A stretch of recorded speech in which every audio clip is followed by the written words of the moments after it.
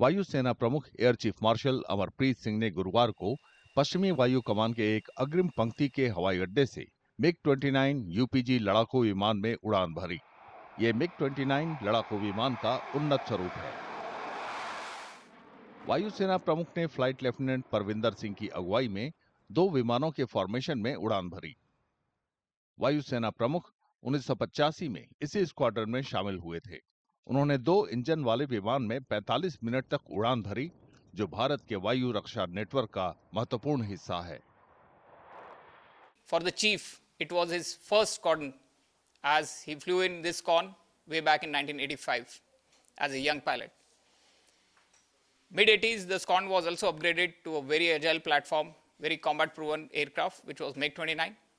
And over years, it has gone through multiple upgrades. The chief was also instrumental in getting this aircraft upgraded to present capability. And with the present capability, the aircraft has multi-role capability to undertake any role that is assigned to us.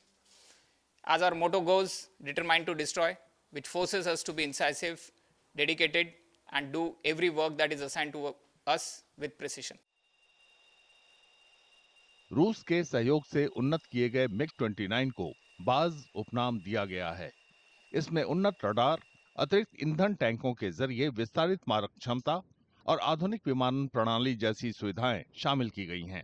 वायुसेना में मिग-29 UPG के 3 squadron हैं, जो मुख्य रूप से पश्चिमी और उत्तरी इलाकों में तैनात हैं। वायुसेना प्रमुख ने पश्चिमी वायु कमान की सारी परिचालन तैयारियों की समीक्षा की। इनमें आधारभूत संरचना, चालक दल की तत्परता और अड्डे पर विमान रख रखाव के मानक शामिल हैं।